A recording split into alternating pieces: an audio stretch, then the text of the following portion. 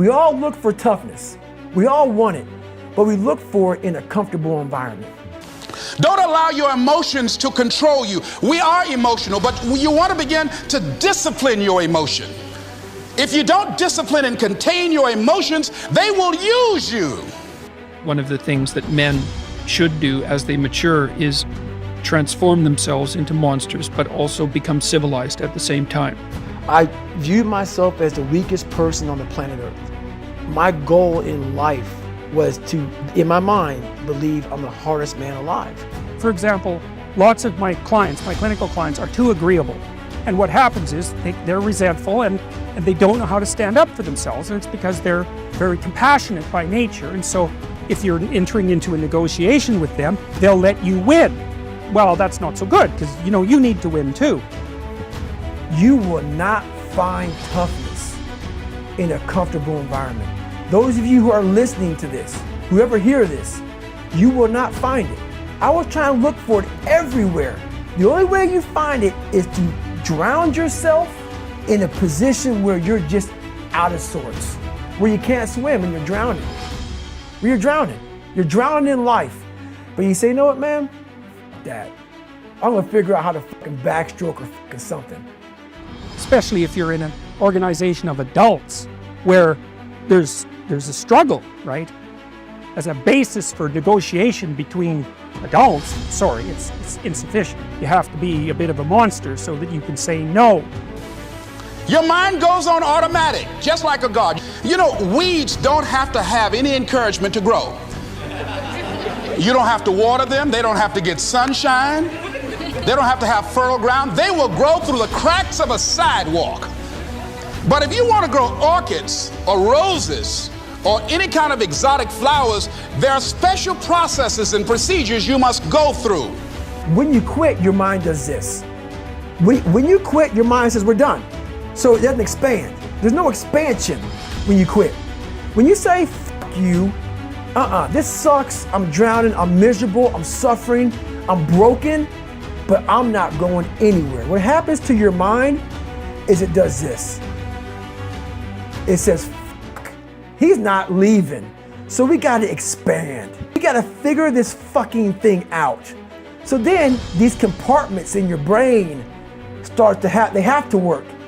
They have to work. And then you start to engage parts of your mind that you never engaged before. But you can't engage it by sitting back in these nice chairs, drinking this nice water, talking to you, talking about what I want to do. When you're in suffer mode and you say, I'm not going to quit, you're forcing your brain now to operate on a level it's not used to. But then it becomes used to it. You don't have to force yourself or motivate yourself to think negatively, to be depressed, to hate somebody, to want revenge, to want to get back at somebody, to beat yourself up over the head, to feel loaded with guilt. You don't have to make any effort to do that. Your mind is on automatic. It will do that by itself.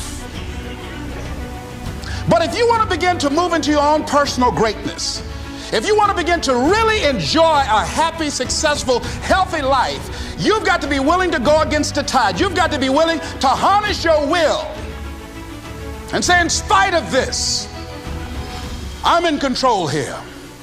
I'm not going to let this get me down. I'm not going to let this destroy me. I'm coming back, and I'll be stronger and better because of it. You have got to make a declaration that this is what you stand for. You're standing up for your dreams. You're standing up for peace of mind. You're standing up for health. You want it, and you're going to go all out to have it.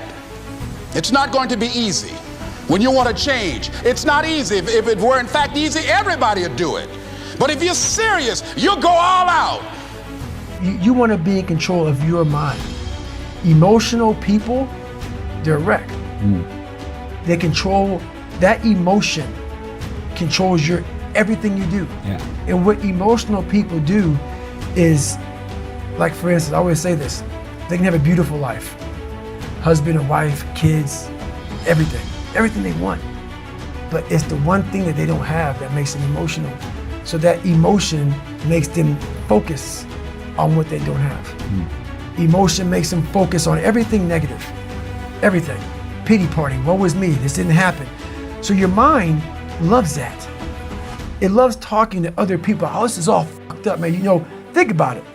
People love to bitch and complain about everything. So when you're sitting there, you may spend weeks, months, years bitching about the same thing. So what have you done? Nothing. There's no solution in that. Yeah. But most of us live there.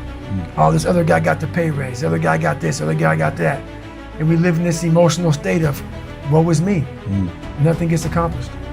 Nothing gets accomplished. Yeah. So there's a lot of scars we have on our bodies that people can see, and they tell a story. But a lot of us have scars in our brains about f***ed up lives, bad childhoods, bad adulthood, whatever the f*** you're going through.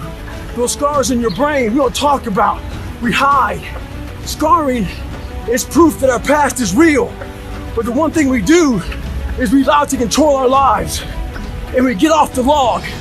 Well, it's time to get back on the log and not have those scars define the rest of your fucking life. Sometimes you gotta fight pain with pain. Stay hard. You only have so much energy in your life. You only have so much focus in your life. You only have so much ability in your life to choose what you're going to do and what you're going to be. And when you choose to be one of these victims who thinks there's an Olympics out there for the saddest motherfucking story, that means you have no room to move forward. You have no room for dreams. You have no room for aspirations. You have no room for the actions that lead to those aspirations because you're so busy filling your mind with the bad shit that's happened to you already in life that you have zero chance moving forward. All the energy and fuel you need is right in yourself. It's all there. I found it right there in my own insecurities. I found drive in my own insecurities. And that's the most powerful thing in the world. When you can find drive in your own doubt, fear, insecurities, you become very unstoppable. I remember praying one day. I'm out praying 3 o'clock in the morning. And I'm like, God, I ain't where I want to be. And he was like, you stop being a victim.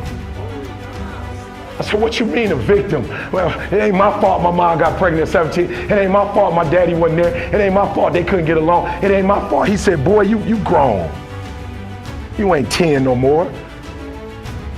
The decisions you make right now is up to you. You crying about something that happened to you when you was a kid. You ain't even no kid no more. You a grown man. Take full ownership. The stupid stuff you doing, your parents didn't make you play no video games. Man up. Stop crying. My teacher don't like you. Why? Why she don't like you?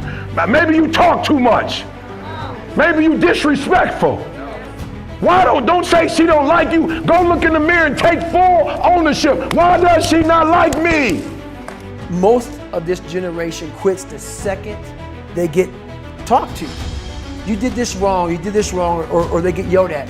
It's so easy to be great nowadays because everybody else most people are weak. This is a softened generation. So if you have any mental toughness, any ability, if you have any fraction of self-discipline, the ability to not want to do it but still do it. People have a hard thing understand. I hate to run. And what makes me so crazy, it doesn't anymore, is people go, well, why do you run if you hate it? What are you talking about? I hated going to school, so guess what? I was dumb as shit. But if you can get through to doing things that you hate to do, on the other side is greatness. But so often I battle in my mind between thoughts of faith and thoughts of fear. What I've discovered is that the mind is a battlefield. And most of life's battles are won or lost in your mind. That's what people don't understand. By me running, I am callous in my mind. I'm not training for a race. I'm training for life. I'm training for the time when I get that 2 o'clock in the morning call that my mom is dead or something happens tragic in life. I don't fall apart. I'm training my mind and my body and my spirit so it's all one, so I can handle what life is going to throw at me. Because the life I've lived, it throws a whole bunch at you. And if you're not physically and mentally prepared for that, you're just going to crumble and you're good for nobody. And we live in a backwards culture where victim mentality is celebrated. The hard shit The bad shit, the unfortunate shit that's happened to us is glorified through sympathy and virtue signaling, where all these people, all the people you know, pat you on the ass and say, oh, it's okay, it's okay, it's okay. Oh, you're so brave. Oh, you're so this. Cool.